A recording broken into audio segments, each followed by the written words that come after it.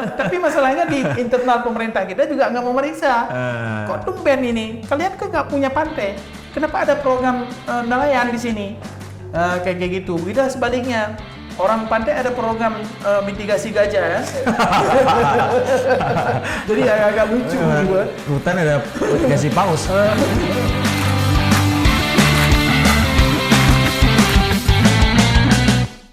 Halo Sobat Konservasi, kembali lagi di Bincang Hutan Tropis. Kali ini bersama saya Yuda dan kami sudah kedatangan tamu spesial kali ini di Aceh. Ada Bang Suhaimi Hamid. Selamat sore Bang. Selamat sore. Beliau adalah pembina dari Yayasan Aceh Green Conservation dan sudah melalang buana atau malang melintang selama 20 tahun di dunia aktivitas sosial dan lingkungan, khususnya di Aceh ya Bang ya? Ya. Selamat datang Bang di podcast kami, Bincang Hutan Tropis. Ya, selamat datang. Nah, kita di Aceh dan Aceh ini adalah termasuk daerah istimewa. Ya. Kita juga bicara soal konservasi. Ya. Apa hubungan antara keistimewaan dengan konservasi hutan di Aceh ini Bang? Kalau bicara konservasi. Ya, terima kasih atas waktu dan kesempatan diberikan kepada kami. Dan terima kasih juga sahabat progres semuanya, sahabat progres konservasi. Nah, kalau kita bicara tentang Aceh dan konservasi, tentu saja kita bicara bagaimana masa lalu Aceh. Sebenarnya sebelum Aceh ini bergabung dengan Republik Indonesia dan masa penjajahan Belanda dulu. Tentunya kalau kita bicara tentang Aceh dan konservasi adalah sesuatu budaya yang sangat kental di masa lampau dan itu sangat sangat diminati oleh masyarakat. Kenapa? Karena antara konservasi dengan Aceh, dengan budaya Aceh sehari-hari adalah yang selalu mengikat satu sama lain. Menyatu lah ya. Menyatu. Seperti itu. Dan itu memang dirasakan oleh masyarakat Aceh dari dulu sampai sekarang. Cuma kalau misalnya yang bicara dulu kan lebih pada cerita-cerita. Tapi sayangnya hari ini karena Aceh didera berbagai peristiwa konflik, peristiwa bencana tsunami, sehingga problem-problem seperti ini terjadi degradasi secara pelan-pelan. Tadi bicara soal keistimewaan Aceh dan konservasi, lalu apa yang kemudian dilakukan oleh Aceh Green Conservation ini? Ini lembaga apa sih Bang? Nah, kalau kita di Aceh Green Conservation ini awalnya adalah lebih kepada lembaga swadaya masyarakat, bergabung beberapa anak muda yang ada di Aceh, khususnya dari Biren ini, prihatin sebenarnya terhadap kondisi pada waktu itu adalah kondisi saat pasca tsunami tahun 2006, melihat bahwa banyak sekali kegiatan-kegiatan pada waktu itu, kegiatan yang basisnya rekonstruksi tsunami, buat rumah, buat sekolah dan lain-lain yang memang tidak melihat apa bahayanya dari kegiatan-kegiatan deforestasi. Kan seperti itu, semua bahan dipakai dari hutan dan itu kesempatan orang lain juga melakukan kegiatan-kegiatan illegal logging. Karena kesempatan untuk kegiatan rekonstruksi, ya kesempatan itu juga diambil. Ada yang ngambil peluang dalam tanda kutip di dalam kegiatan itu ya. Konstruksinya. Padahal kalau untuk kegiatan konstruksinya agak seberapa ditebang pohonnya. Cuma karena ada peluang di situ, ini mumpung lagi ada kegiatan konstruksi, ya udah. Berarti kita juga mengambil bagian dari situ, kan seperti itu orang berpikir. Maka pada waktu itu karena kekhawatiran seperti itu, kami anak-anak muda bergabung semuanya buat satu. Waktu itu masih muda ya Bang? Sekarang juga masih muda. Saya juga masih muda sekarang. Agak jiwanya yang muda kita. Jadi gabung, kita membuat satu lembaga masyarakat.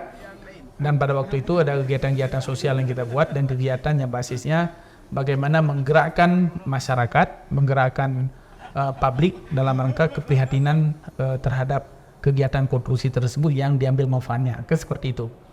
Nah, banyak pada waktu itu kita melakukan edukasi, juga advokasi terhadap kegiatan-kegiatan pengambilan kayu, terutama pohon-pohon yang di kawasan hutan yang secara ilegal. Kita terus menyoroti itu. Jangan gara-gara kebutuhan rekonstruksi sehingga ini bisa diambil dengan semena-mena, seperti itu.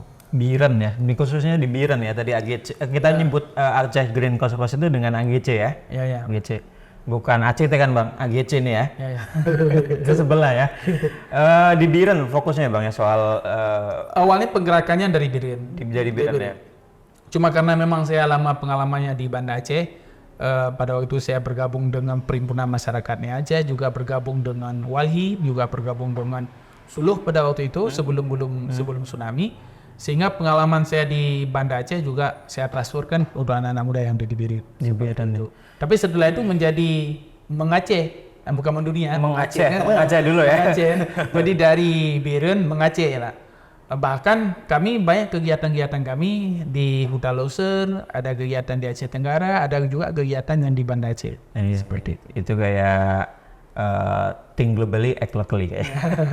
Jadi di Biren, kalau ngomongin soal hutan di Biren Bang, ini seberapa besar sih hutan di Biren ini dengan kawasan hutan dengan kawasan masyarakat, kawasan peruntukan untuk kegiatan kehidupan masyarakat seberapa besar, dan ancaman atau tantangan pengelolaan hutan di Biren ini apa sebenarnya? Ya, kalau kita lihat di Biren dengan jumlah 31.000 hektar hutan lindung. Itu hutan lindung. Hutan lindung 31 hektar. Ya, dengan 32 hektar, 32.000 hektar hutan produksi dan ada 40.000 hektar hutan produksi terbatas. Sebenarnya cukup luas. Hutan konservasi nggak ada ya? Hutan konservasi tidak ada, cuma ada hutan lindung. Kalau kita lihat dari jumlah-jumlah tersebut itu cukup luas sebenarnya dari datanya. Cuma faktanya nggak seperti itu. Itu problem kita hari ini.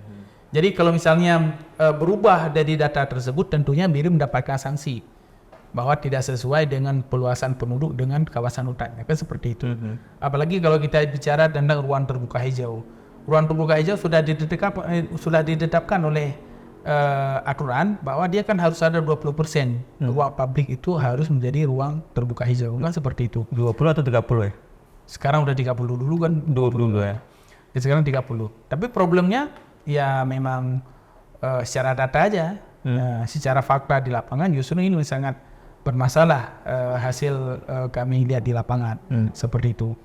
Kalau untuk ruang ruang pemukimannya dan ruang lainnya sebenarnya di Biren karena ini adalah kabupaten nomor 2 penduduk terbanyak di Aceh. Kabupaten ya? Kabupaten, bukan kota ya? Kabupaten saja? Kabupaten nomor 2 penduduk terbanyak di Aceh setelah Aceh Utara. Aceh Utara. Gitu. Jadi karena memang masyarakatnya di sini penduduknya padat, dan apalagi ini di lintasan pantai timur dan juga di dia persimpangan di sini. Kalau di Biren dibilangnya semacam segitiga emas. Karena kesananya ada pada Aceh Tengah, ke sana Aceh Utara, ke sana Banda Aceh. Jadi pas di tengah-tengah nih, daerah sentral yang Aceh secara menyeluruh ada di Biren. Di Biren ya. Karena dia ada di Biren sentralnya, ya pasti di sini banyak orang masuk di sini, penduduk juga sangat tantangannya lebih tinggi ya. Tinggi seperti itu. Di Biren dengan luas hutan lindung yang segitu, juga Aceh ini terkenal juga bahwa tantangannya juga banyak gajah. Kalau kita bicara salah satu satwa yang ada di Aceh adalah gajah Sumatera. Itu yang sebenarnya kawasan yang keberadaannya banyak berada di luar kawasan konservasi. Salah satunya di hutan lindung kayak gitu kan. Apakah gajah juga kemudian sampai ke sana daya jelajahnya sampai di daerah-daerah Biren ini? Ya, karena dia Biren itu merupakan lintasan, bukan hanya lintasan bagi manusia, juga lintasan untuk satwa. Jadi sama-sama melintas. Sama-sama melintas ya. Ada dua kepentingan ya. Ada dua kepentingan yang sama-sama melintas itu kan. Kalau kita lihat dari kawasan hutan, karena sama-sama melintas, ini ada kelompok gajah dari Aceh Utara, ada kelompok gajah yang dari Aceh Tengah, ada kelompok gajah dari Pidi Jaya. Ini ada 3 kelompok gajah sebenarnya yang ada di landscape ini. Ini kami sebutkan di sini adalah lebih pada landscape pesangan. Nah, ada 3 kelompok ini dia sering bertemu di Biren. Hobdarnya di Biren ya. Ya, mereka bercintanya di sini. Mereka ngopi di sini. Kadang-kadang kan bertukaran kelompok yang di Aceh Tengah bertukaran kelompok dengan yang di PD Jaya. Jadi mereka di sini, nostalgia di sini di Biren. Jadi kalau kita lihat konflik satwa yang paling tinggi justru di Biren sebenarnya. Cuma karena memang di sini konfliknya tidak berhadapan langsung dengan masyarakat, konfliknya berhadapan dengan kebun-kebun masyarakat, karena masyarakat masih di bawah tapi kebunnya di atas kan seperti itu. Yang dirusak lebih pada kebun-kebunnya saja. Sehingga bisa kita bilang bahwa kalau untuk ancaman jiwa yang di Biren ini sangat kurang lah, tidak terlalu yang paling tinggi di Benua Meriah. Karena masih dari pemukiman itu masih ada pembatasnya adalah ya, betul. ladang untuk kegiatan ekonomi mereka ya. Baru hutan lindung kayak gitu. Oke. Jadi nggak secara langsung berdampak dari sisi secara manusianya, tapi lebih pada konflik dengan ladangnya saja. Beda dengan yang di Benua Meriah sama Aceh Tengah. Jadi masyarakatnya memang tinggal di ladang. Gitu bedanya. Masyarakat tinggal langsung di ladangnya, mereka menjadi tempat tinggal di situ, sehingga kalau sudah terjadi konflik ya sasarannya langsung manusia. Kalau di Biren, budaya masyarakat di sini mungkin paginya saja mereka ke ladang, malamnya pulang. Jadi saat misalnya terjadi konflik, jadi nggak kena masyarakatnya yang kena, ladangnya, mungkin gubuk-gubuknya yang kena seperti itu. Oke. Bicara soal interaksi negatif ya Bang ya, dan kita kan perlu melakukan mitigasi agar dampak yang terjadi tidak begitu besar, baik di antara manusianya, even itu dampak ekonomi dan juga di gajahnya. Artinya kita ingin mendorong bahwa kelestarian untuk gajah, tetapi juga di situ masyarakat juga tidak dikesampingkan gitu. Ada kepentingan masyarakat yang tetap harus didorong kayak gitu. Artinya kita sama-sama memikirkan dua entitas itu. Bahkan kalau bicara konservasi, menurut saya juga ini adalah kegiatan yang harusnya inklusif, Bang.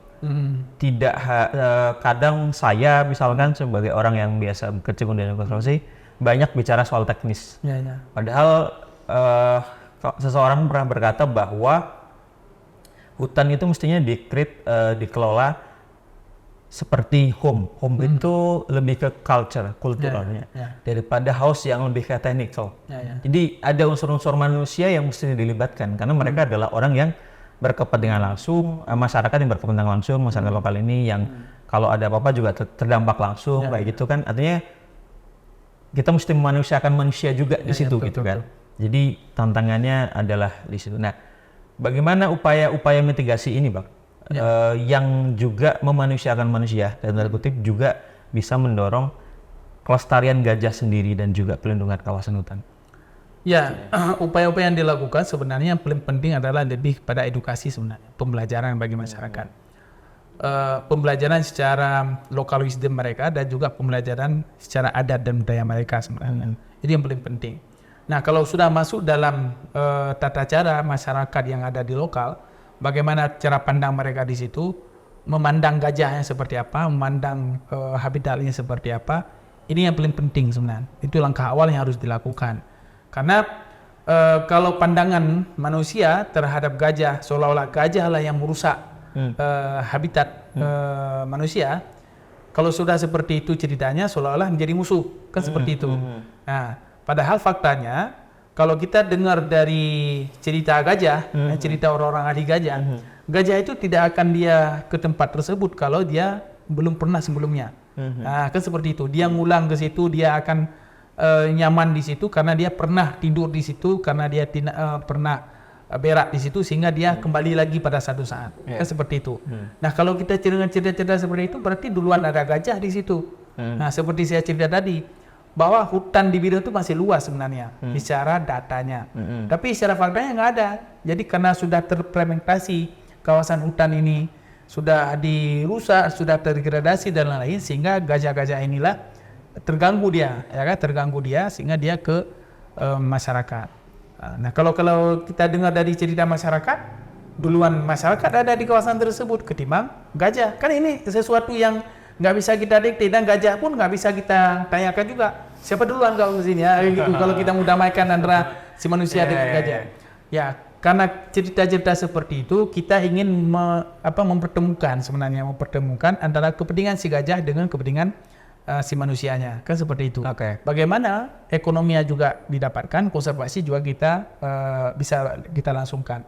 Ya satu-satunya ya memang harus memberikan paradigma positif kepada masyarakat terhadap gajahnya, seperti itu. Jadi jangan dianggap bahwa jangan gajah yang merusak. Jadi seolah-olah mereka juga harus berpikir ulang, masyarakat juga harus berpikir ulang bahwa ya duluan manusia lah yang merusak kawasan hutan, kan seperti itu. Karena ini kalau kita lihat potensi konflik gajah ini mulai tinggi itu setelah tsunami. Cerita saya tadi. Jadi karena pasca tsunami semua hutan dibabat secara membabi buta, semua orang masuk ke kawasan hutan, semua diambil dari hutan karena sudah sekian lama hutan itu kan stop HPH pada waktu itu. Ya kan sebelum tsunami kan HPH nggak bisa karena pada waktu itu juga wilayah konflik, Aceh konflik. Jadi masyarakatnya nggak berani ke hutan. Jadi di hutan itu banyak orang gang. Yep. Ya sebelum tsunami kan itu. Oke. Itu fakta soalnya. Jadi setelah itu baru, jadi pasca konflik manusia dengan manusia terjadi konflik antaranya. Berubah dia. Oke. Bang, ini kita akan kupas satu persatu. Jadi TFCA juga mendukung kegiatan teman-teman AGC soal konservasi, soal upaya mendorong koeksistensi atau hidup berdampingan, atau tadi Abang bilang mendamaikan gajah dan manusia, dan juga upaya-upaya itu juga telah dilakukan oleh AGC. Ini kalau saya mencatat ada beberapa. Satu adalah upaya mengubah paradigma positif tadi di masyarakat. Yang kedua adalah upaya tetap mendorong secara technically dengan membangun biobarrier yang sebenarnya juga dengan mitra kami yang lain kami membangun fencing di situ. Diintegrasikan dengan biobarrier. Terus yang ketiga adalah mendorong keberlanjutan dari upaya mitigasi ini dengan cara mengintegrasikan anggaran desa untuk kegiatan mitigasi ini. Juga termasuk dalamnya membangun kelompok. Dan terakhir adalah soal kita tadi ngomongin soal adat, soal bagaimana kita mendorong masyarakat dilibatkan dalam hal ini masyarakat adat seperti itu untuk kegiatan perlindungan gajah dan hutan kayak gitu. Nah, kita lihat dari satu persatu, Bang. Kalau soal bagaimana kemudian teman-teman melakukan tadi upaya memitigasi dari sisi technically, dari membangun biobarrier, kenapa dibangun itu, dan seperti apa itu, dan kemudian keberlanjutannya, itu gimana? Gini, kalau kita cerita tentang biobarrier, ya kita cerita tentang bagaimana kita bicarakan tentang makanan yang disukai dan tidak disukai, kan seperti itu. Jadi berawal dari situ konsepnya. Jadi kita anggap bahwa gajah ke perkampungan itu dia mencari makan. Nah, karena ada makanan yang di sekitar mereka sehingga dia terpancing untuk langsung mencari makan sampai ke rumah-rumah penduduk. Nah, di saat kita tutup jalur-jalur mereka dengan biobarrier dan makanan-makanan yang tidak disukai, secara logika kita berpikir maka dia akan mencari jalur lain. Nggak masuk lagi ke perkampungan. Kenapa? Karena secara penciuman mereka bahwa ini makanan yang tidak disukai, ya pasti sudah ke sana juga nggak disukai lagi. Ini untuk tidak memancing saja, tidak memancing masuk ke situ. Jadi ini bukan karena durinya ya sebenarnya. Bukan. Ini lebih ke bau lemon yang tidak disukai sama gajah. Untuk penelitian ini ya, bahasanya beberapa penelitian. Jadi bukan soal duri. Kalau soal duri mereka suka bambu juga berduri kan seperti itu. Dan ada pompol lain bahkan yang makan durinya. Asal bukan duri dalam daging ya. Seperti halnya ini durian kan duri itu kan durian. Tapi dia suka. Nggak usah durian. Namanya beberapa yang berduri juga dia sebenarnya suka. Sebenarnya rotan itu juga dia makan. Dia kan tidak ada urusan dengan duri, tapi lebih pada penciuman. Nah, di saat dicium bahwa kawasan tersebut adalah ada bau lemon, ada bau jeruk nipis, ada bau tanaman-tanaman yang nggak disukai oleh mereka, sehingga ini tidak memancing mereka masuk ke sana, sehingga dia mencari jalur lain. Nah, itu yang konsep awalnya. Nah, kalau kita bicara keberlanjutan, ini adalah sesuatu yang memang ada dua sisi di situ. Satu sisi untuk konservasinya, yang satu lagi untuk sisi ekonominya.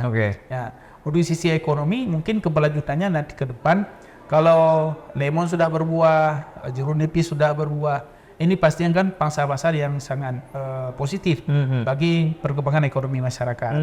Gitu. Nah, kalau misalnya kita cerita tadi tentang beberapa penelitian, gajah juga merusak lemon dan merusak juga ini, ya artinya ada hasilnya juga seperti itu. Ada hasil yang didapatkan dari mereka menanam lemon dan mereka menanam durian nipis. Jadi tidak menjadi sia-sia. Nah, beda dengan kita menanam tanaman konservasi doang, misalnya seperti pohon-pohon yang lain, yang memang hanya untuk pelindungan itu saja, ya tidak ada ekonomi, tidak ada nilai ekonomi di situ. Nah, bagaimana nanti jika lembaga seperti kami TFC Sumatera itu sudah tidak lagi ada, dan bagaimana keberlanjutan dari sisi masyarakat untuk melakukan mitigasi ini dari sisi pendanaan kayak gitu? Ada sumber-sumber lain nggak? Nah gini, karena kita mulai dari sikap penyadaran masyarakat, tentunya masyarakat menjadi butuh. Nah di saat masyarakat menjadi butuh dalam rangka kegiatan mitigasi seperti ini, tentunya masyarakat juga akan berupaya dari dana desa sebenarnya. Ada sumber dari dana desa.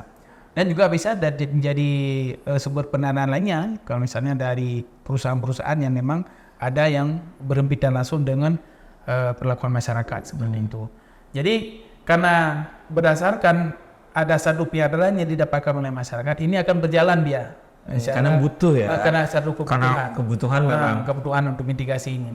Kalau misalnya ini tidak ada, ya pasti menjadi masalah paling besar bagi masyarakat. Nah harapannya ke depan bahwa ada semacam dana yang abadi dari desa yang memang yang selalu diperuntukkan untuk kegiatan mitigasi.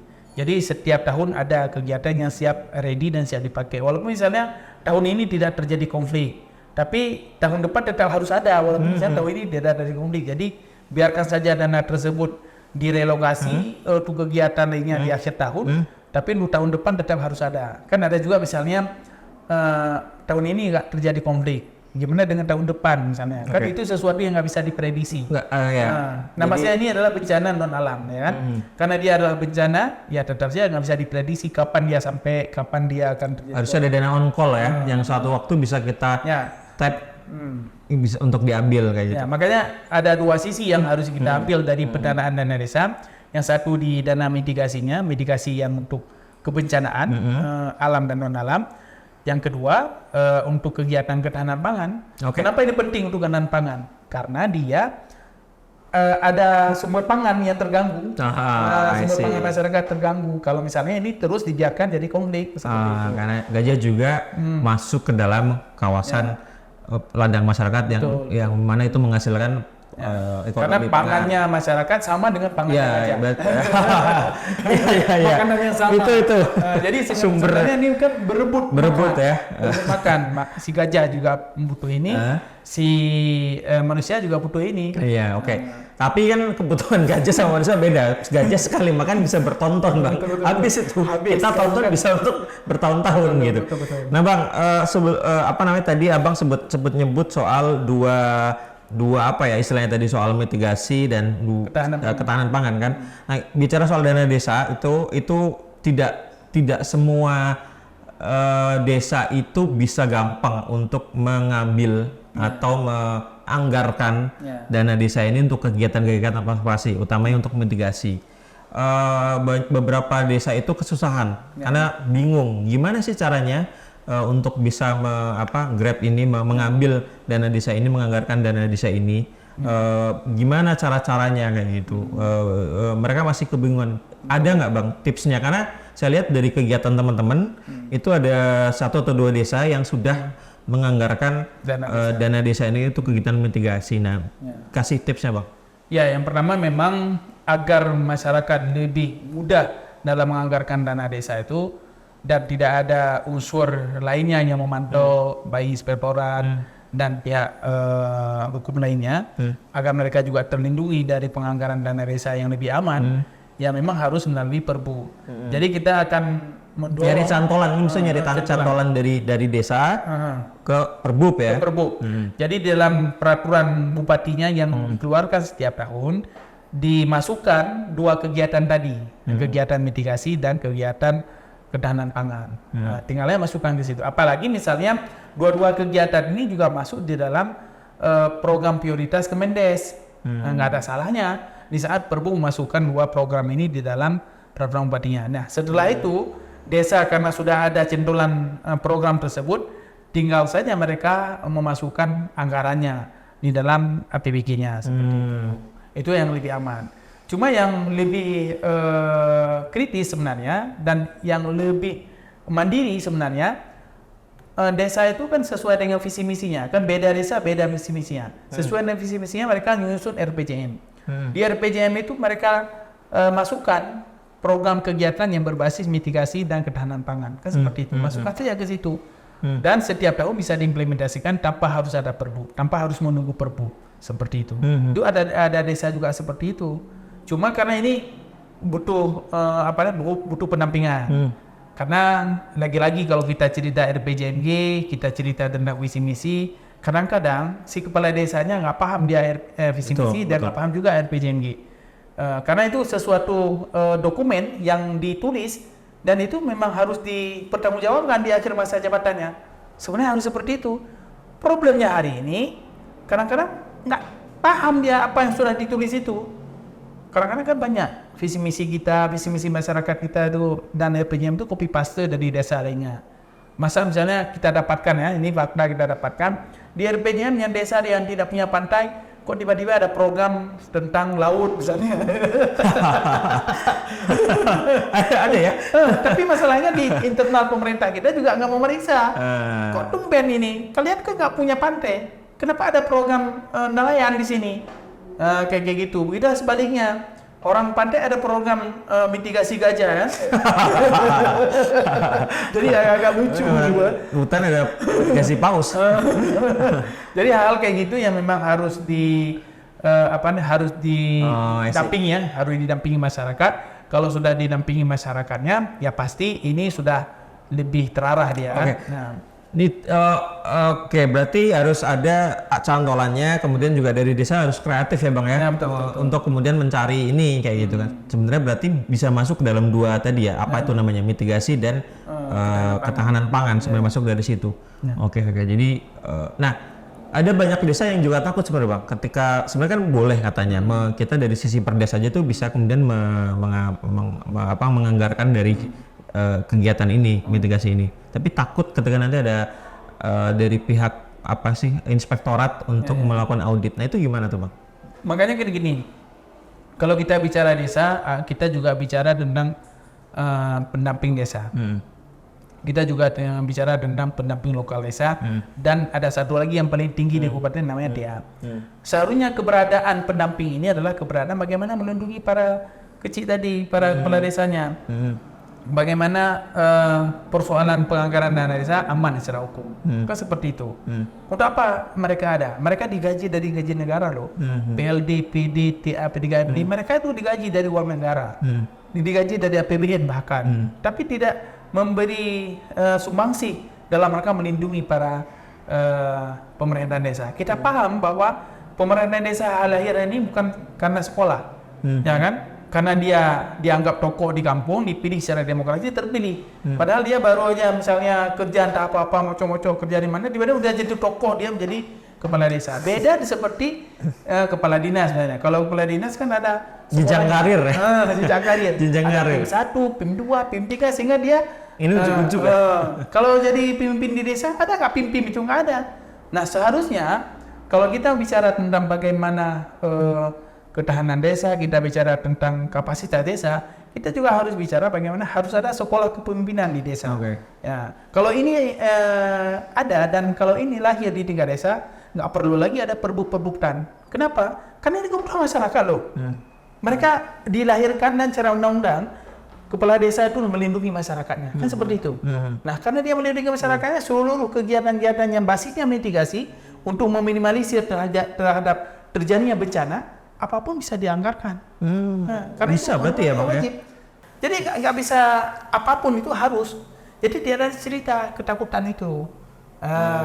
Makanya kehadiran teman-teman dari PD, PLD dan TAP3D bagaimana membimbing masyarakat desa agar masyarakat desa lebih lebih paham dia terhadap penganggaran desanya dan dia juga tahu dan kan apapun bisa dilaksanakan lah di desa. Tidak ada namanya pelarangan sebenarnya.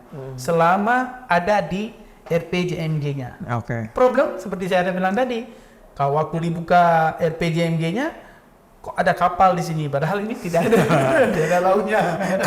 Kalau itu bisa, saya mitigasi bisa gampang dan karena logis gitu kan. Betul. Iya, ya kan, atau mungkin orang kota juga nggak paham. Ternyata ada bencana gajah masuk kawasan. Ternyata kan orang kota nggak paham itu Betul. masalah orang masyarakat sekitar hutan. Gitu. Ya. Oke. Makanya kalau perbuk dia kan menjadi general ya. Sekali perbuk kan nggak mungkin dia dipisahkan kecuali desa A, desa B, nggak ada. Dia langsung masukkan secara umum untuk kegiatan mitigasi dan kegiatan kenangan pangan silakan, misalnya seperti itu. Jadi berlaku untuk semua desa. Ya. Coba bayangkan kalau misalnya diimplementasikan perbuk itu di kota. Coba bayangkan kalau perbuk tersebut diimplementasikan di kawasan pantai. Kan jadi bingung kita, di mana ada gajahnya di mana? Nah, kayak gitu. Betul. Nah ini saya jadi inget. Emang soal konservasi dan kearifan lokal itu memang harus basisnya tuh tailor made ya, karena setiap daerah itu selalu berbeda tantangannya, pengetahuan lokalnya gitu kan Bang. Jadi nggak bisa kalau dalam bahasa Jawa tuh gebiah uyah Bang. Ya. Satu aturan buat semua itu nggak bisa. Makanya harusnya ada ketika ada ini kan celah-celah kita untuk tetap bisa mendorong hal-hal lokal kayak gitu yang nggak bisa ditarik di garis nasional gitu kan. Nah tadi bicara soal kearifan lokal Bang.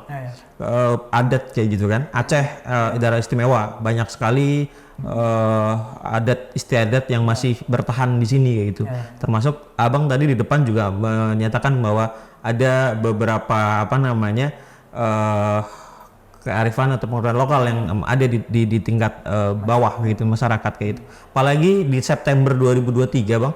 Kalau tidak salah Presiden juga memberikan hak adat kepada masyarakat adat atau mukim ya, kalau bahasa Aceh di 8 atau 9 mukim di Aceh itu kan, dan itu berita bahagia dan berita baik karena itu pertama di Aceh ya, pertama di Aceh, dan yang kedua memang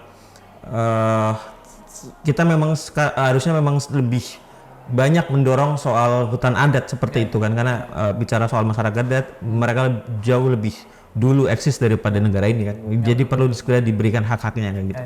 Nah ini salah satunya juga dampingan dari AGC. Betul. Bang, boleh ceritain nggak Bang itu bagaimana mereka mendapatkan itu dan apa kaitannya dengan upaya perlindungan gajah dan hutan kearifan lokalnya? Kalau kita cerita tentang hutan adat yang kami advokasi di AGC, ceritanya semua dari cerita gajah sebenarnya, ya kan? Karena dulu adalah sebelum kita ajukan itu kawasan tersebut adalah kawasan yang berkonflik. Jadi harapannya ya satu-satunya yang bisa menjawab ini adalah dengan hutan adat. Nah, kenapa? Karena di saat kita cerita tentang hutan adat, di situ kan sudah bisa kita kelola. Misalnya ini kawasan konservasi, dan ini kawasan lindung, dan ini kawasan budidaya. Kan seperti itu. Udah bisa kita kelola. Tapi hari ini kalau misalnya tidak ada hutan adat, jadi masyarakat adat nggak bisa melakukan apapun di situ. Jadi semua orang masuk terserah. Hari ini kita sudah buat aturan. Coba bayangkan, kita buat aturan tidak boleh menangkap burung misalnya, tidak boleh menjerat gajah, tidak boleh meracun gajah seperti itu. Tapi siapa yang bisa masuk hutan? Siapapun bisa masuk hutan itu, ya kan? Entah siapa-siapa bisa masuk, hantu belau pun bisa masuk. Nah, kalau sudah diberikan satu kewenangan bahwa ini adalah kewenangan masyarakat adat dalam rangka mengelola kawasan tersebut, sehingga sudah terkontrol siapa yang boleh masuk dalam kawasan hutan, siapa yang tidak boleh. Sehingga ini bisa terkontrol terhadap kejahatan-kejahatan lingkungan seperti itu. Nah, berangkat dari situlah. Ini di mana yang menjadi dampingan teman-teman lagi sih? Ya, ada di Mukim Lambira, ada di Mukim Kuta Jempa, dan ada di Mukim Kruung. 3 ya? 3 mukim. Ada satu lagi yang masih dalam perjuangan. Kemarin ada sedikit problem tentang batas tentang masyarakat yang ada di kawasan itu, yaitu di Mukim Judi Selatan, kan? Jadi sebenarnya ini adalah lintasan gajah semua. Gajah semua ya? Dan ini berhimpitan langsung, berdampingan langsung, berdampingan langsung. Jadi tidak asing dia kan. Nah, harapannya kita pada waktu itu kita sudah mendata ada 49.000 hektar untuk kawasan Homereknya Satwa, khusus kawasan tersebut. Mungkin yang masuk dalam kawasan hutan adat itu sekitar 15.000 hektar yang masuk dari 49.000 itu. Yang sekarang udah masuk kawasan-kawasan itu. Nah, harapannya ini menjadi satu contoh sebenarnya dalam rangka memitigasi konflik satwa secara permanen. Seperti itu, ke depannya seperti itu. Maka kita berjuang untuk dapatkan hutan adat ini sejak 2016 sampai kita lakukan. Wah, udah lupa itu udah berapa, kalau kuliah itu udah hitungannya udah hampir DO tuh, Bang. Betul. 2016 kita berjuang membuat satu kanun. Kanun tentang hutan adat Mukim.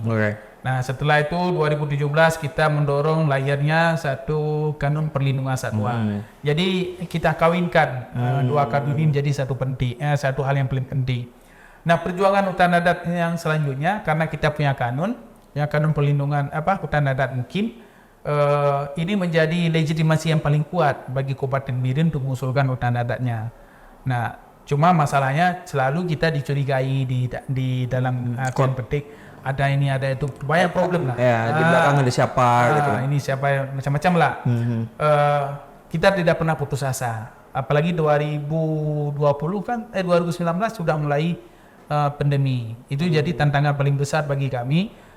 Sedang kami berjuang-juang datang pandemi COVID-19, sehingga itu menjadi alasan paling kuat bagi kementerian tidak melakukan firtek ke lapangan.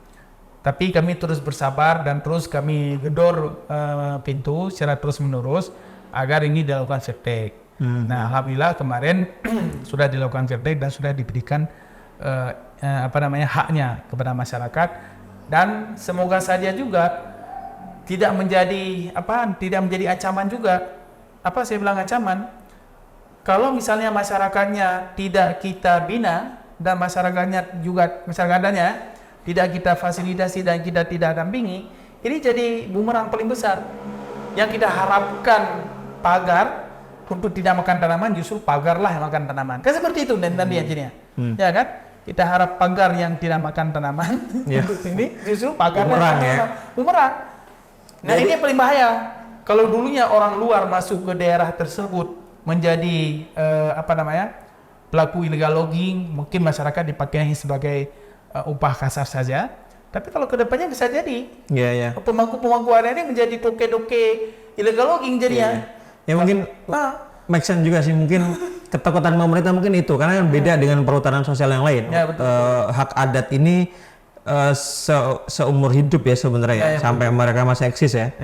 Sementara kalau persos itu kan 30 sampai 35 tahun gitu kan. Jadi ini diberikan, benar-benar diberikan sebenarnya. Nah, ini kan harusnya ketika bicara adat, Bang, harusnya bicara hutan adat harusnya di situ ada pengetahuan lokal, kearifan lokal yang harusnya pemerintah memang akhirnya percaya bahwa ini memang ada upaya-upaya masyarakat karena ada kedekatan dengan hutan kayak gitu kan. Sehingga hutan lestari kalaupun diberikan kepada mereka kayak gitu. Nah, ini harusnya kan ada di situ.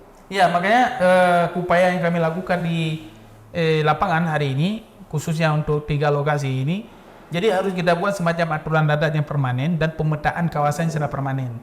Kenapa? Agar ini terus menjadi pedoman bagi mereka sampai kapanpun, seperti itu. Jangan misalnya hari ini yang namanya pengetahuan lokal dan pengetahuan adat itu kan biasanya kan sesuatu yang diucap oleh pemerintah. Betul, tidak tertulis. Kekurangannya itu. Akhirnya kan itu menjadi subjektif, tidak objektif. Betul. Tergantung pesanan. Betul.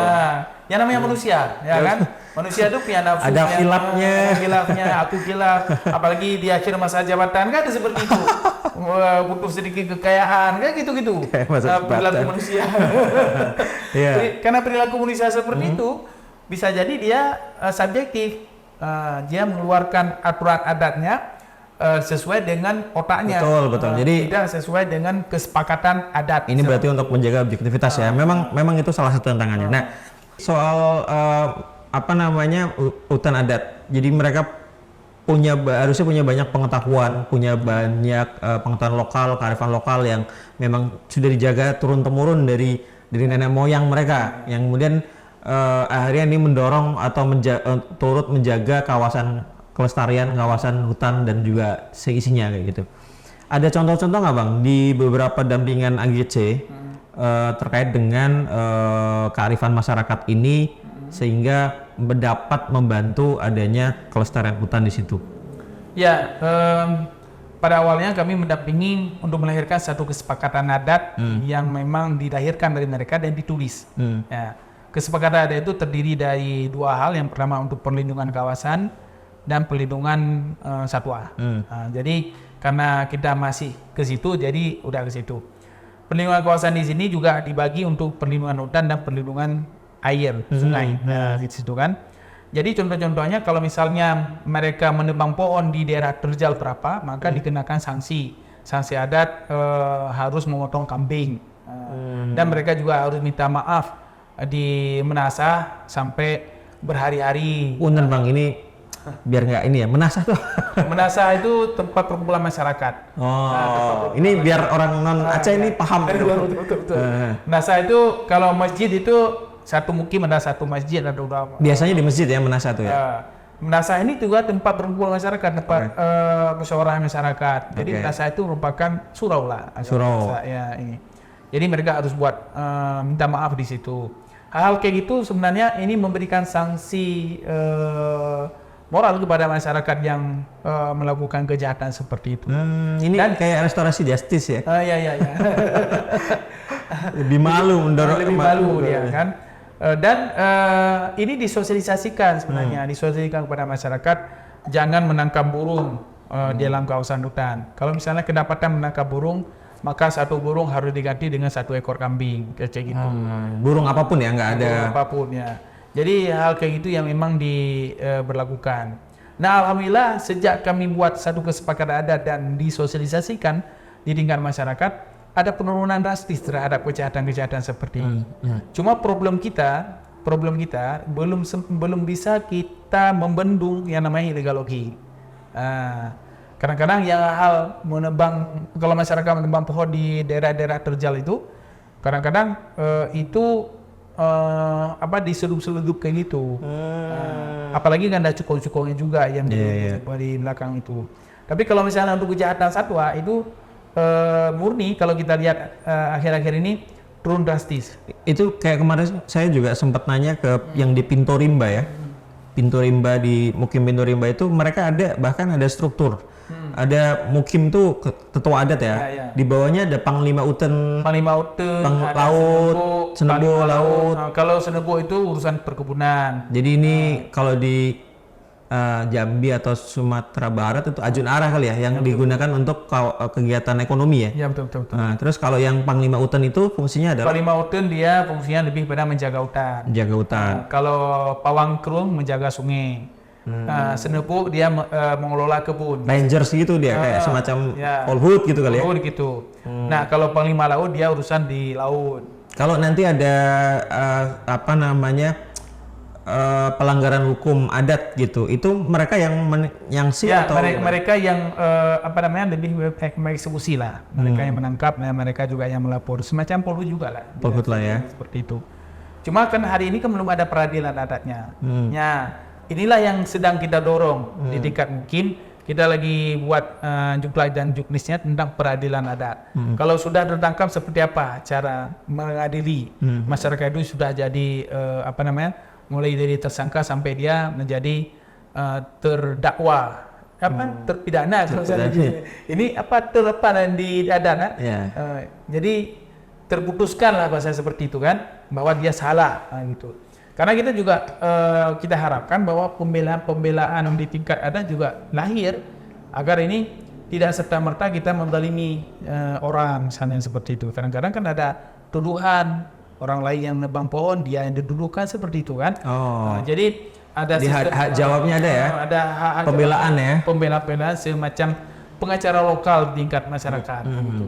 Jadi itu disiapkan sebenarnya di dalam struktur adat. Dan itu masa lalu ada. Dan saya pernah jadi kecil di kampung, pernah jadi kepala desa. Kecil itu apa? Kepala desa. Waktu saya kepala desa, saya menetapkan itu. Jadi setiap ada kegiatan-kegiatan yang ditangkap di tingkat desa, saya nggak mau kasih ke polisi. Saya kasih dulu ke majelis peradilan adatnya. Biar dia dulu yang memeriksa, dia dulu yang memberikan pemahaman-pemahaman, biar dia dulu yang membimbing. Kadang-kadang itu lebih lebih menyentuh terhadap kejahatannya. Karena saya pernah menangkap di kampung saya orang jual sabu, akhirnya jadi dia sebagai orang yang memang menantang sabu setelah itu. Kenapa? Karena diadili dia secara jadi duta anti sabu dia. Jadi ini nggak main-main ya, ini beneran duta anti sabu ya. Yang menentang Pancasila jadi wilayah kepolisian, wilayah BNN. Cuma karena saya pada waktu itu memimpin desa dan saya juga sangat tegas, ini warga saya, nggak boleh, biar saya dulu. Jadi biar saya masuk. Jadi kita bina dia, kita berikan pemahaman agama, yang akhirnya dia taubat dan dia menjadi orang yang sangat baik. Harapan itulah yang harus kita lakukan di kawasan hutan sebenarnya. Kalau dari awalnya mereka jadi pelaku illegal logging menjadi orang yang melindungi hutan, dan itu sudah terbukti ada beberapa kelompok-kelompok kita. Ini kelompok mitigasi itu yang kita bentuk itu kebanyakan orang-orang yang memang pelaku illegal logging. Dia awalnya hanya untuk mencari upah di situ, cari upah 100.000, 50.000. Cuma karena kita edukasi kepada mereka dan kasih penyadaran kepada mereka, apa yang kalian dapatkan?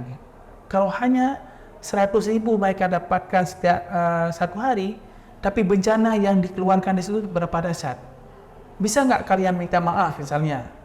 Berapa besar orang dampak bencana setiap banjir? Kan? Berapa orang yang meninggal misalnya banjir? Oke, kalau nggak meninggal, harta mereka yang hancur akibat banjir. Sempat nggak kalian minta maaf? Hanya gara-gara perilaku kalian yang menebang pohon sembarangan, kan seperti itu. Nah, hal kayak gini yang memang harus kita berikan ke masyarakat. Bang, kalau di Aceh itu kan juga ada dewan adat atau dewan di Aceh itu kan ada dewan adat kalau nggak salah ya. Ini ada namanya yang di atas tuh Wali Nanggro. Wali Nanggro. Nah, ini ada kaitannya nggak dengan dari bawah dari desa sampai ke Wali Nanggro nanti ada nggak? Pasti, karena Wali Nanggro ini merupakan payung sebenarnya dari satu pemerintahan adat yang sebenarnya. Cuma problemnya hari ini kita belum bisa membedakan, kita selalu bercampur antara wilayah pemerintahan adat dengan wilayah pemerintahan normal. Seharusnya pemerintahan normal pun harus berlaku adat seperti itu, karena kita berada di lingkungan masyarakat. Kecuali beda daerah. Karena kalau di Aceh adat dengan hukum bagaikan dengan zat dengan sifat seperti itu. Nah, adat dengan hukum bagaikan zat dengan sifat. Bagaikan dengan sifat. Berarti dia berdekatan antara mata putih dengan mata hitam. Kan seperti itu dia. Karena dia berdekatan, seharusnya seluruh perlakuan masyarakat yang ada di Aceh adalah perlakuan adat.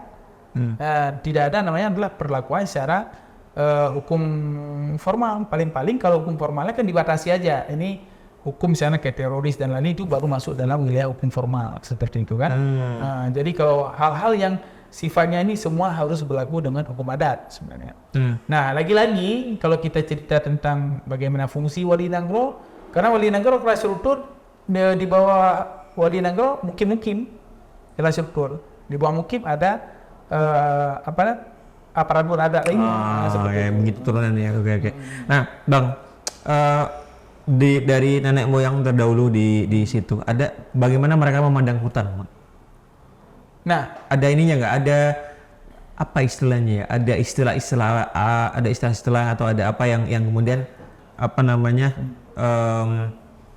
ini tuh menjadi salah satu bukti bahwa masyarakat dari dulu memang mau menjaga hutan gitu. Ya, kalau dulu masa-masa nenek moyang dulu, mereka lihat hutan itu melihat semacam rimba. Kalau bahasa dulu kan bahasa rimba. Jadi kalau kita masuk dalam rimba, kalau kita tidak ada perlakuan seperti apa, berarti akan dapat celaka. Kalau seperti itu. Jadi ada petua-petua adat yang larangan-larangan gitu lah. Larangan-larangan. Itu contohnya. Begitu juga misalnya tentang zaman dulu hubungan manusia dengan gajah itu sangat rentan. Apalagi di Aceh ini ada namanya gajah putih. Nah, jadi gajah putih itu adalah simbol masyarakat Aceh yang memang cinta terhadap konservasi dan cinta terhadap lingkungan. Memang dari sejak dulu ya? Dari dahulu. Dan hari ini kan simbol gajah putih kan masih tetap ada menjadi simbol Iskandar Muda kan. Nggak cuma di Thailand ya itu gajah putih ya? Enggak. simbol di Aceh itu kan. Jadi Iskandar Muda, kerajaan dulu Iskandar Muda dengan simbolnya gajah putih. Sekarang disimbolkan menjadi kodam Iskandar Muda. Jadi kodam kita di sini simbolnya adalah gajah putih. Kayak gitu. Itu sebenarnya adalah simbol-simbol adat, simbol-simbol masa lampau yang memang sangat kuat sekali dalam hal kegiatan konservasi seperti itu. Begitu juga misalnya kalau dulu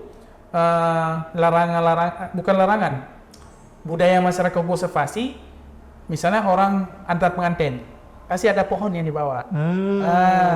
Saya itu sampai hari ini kelapa dibawa. Kelapa minim kelapa ya? Kelapa atau pohon lainnya kan. Kalau dulu banyak pohon-pohon lainnya dibawa. Kalau sekarang misalnya simbolnya adalah kelapa. Kenapa kelapa? Karena kelapa selain dia ada unsur ekonominya juga ada unsur konservasinya di situ.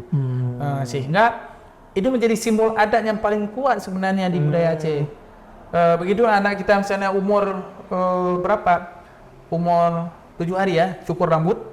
Ya, setelah cukur rambut, rambutnya setelah dicukur itu ditanam dan juga ada pohonnya. Dan itu diukur dia nantinya, ini pohon cukur rambutmu misalnya. Penanda ya? Penanda bahwa seberapa besar dia, nantinya sudah ada pohonnya. Seperti itu. Itu kan simbol-simbol yang mitos-mitos ada bang? Mitos-mitos itu terkait dengan larangan masuk hutan, larangan menebang gitu ada? Mitos. Nah kalau yang sifatnya mitos-mitos kadang-kadang itu kan sengaja direkayasa sebenarnya. Misalnya seperti yang di makam-makam, wilayah keramat, itu kan lebih kepada yang direkayasa oleh masyarakat agar tidak boleh masuk ke situ. Sebenarnya seperti itu. Tapi yang paling inti, karena mitos itu orang akan menggali sebenarnya. Jadi nggak boleh kita kembangkan mitos. Ya kan, yang lebih bagus kita kembangkan adalah adat. Itu lebih bagus daripada kita kembangkan mitos. Kalau kita kembangkan mitos, orang kan semakin maju alam ini kan, semakin maju dunia ini kan semakin meneliti dia. Jadi kalau kau masuk ke hutan itu, maka kau akan kena misalnya celaka misalnya. Dia coba-coba dulu, nggak kena, nanti udah jadi buyar kan, seperti itu. Jadi nggak usah kita mitos-mitoskan. Bagusnya nggak boleh masuk. Kenapa nggak boleh? Ya nggak boleh. Karena ini adalah larangan bagi kita sebagai orang adat, itu aja. Misalnya nggak boleh menebang pohon di pemakaman. Itu menjadi sesuatu yang paling sakral di sini, karena selain dilarang secara agama juga jelas secara adat. Oke. Iya, siap. Bang, kita sudah sampai di penghujung nih bang. Kira-kira bang, ada nggak harapan abang untuk konservasi dan masyarakat di Biren khususnya atau Aceh pada umumnya? Ya, harapan saya ke depan bahwa kegiatan konservasi ini jangan dilepas daripada pengetahuan adat masyarakat. Kenapa? Karena dengan adalah bisa kita lindungi konservasi ini, dan konservasi ini menjadi sesuatu yang paling kuat di tingkat masyarakat di saat perlakuan adat diberlakukan. Hukum adat diberlakukan seperti itu harapan terbesar kita. Karena seberapa kuat pun aparatur negara ini melindungi hutan, seberapa kuat apapun aparatur negara ini melindungi hutan, tidak seberapa kuat. Kenapa? Karena mereka jauh dari kawasan tersebut. Yang tinggal di kawasan itulah yang berhak menjaga kawasan. Terima kasih Bang atas banyak sekali pembelajarannya, atas banyak sekali pengetahuan yang diberikan Bang. Semoga sobat konservasi ini bisa menyerap ilmunya seperti itu Bang, dan terinspirasi dari perjuangan teman-teman. Terima kasih banyak. Sekian kawan-kawan sobat konservasi semuanya, sampai jumpa di bincang hutan tropis selanjutnya. Salam konservasi. Salam konservasi. Terima kasih Bang.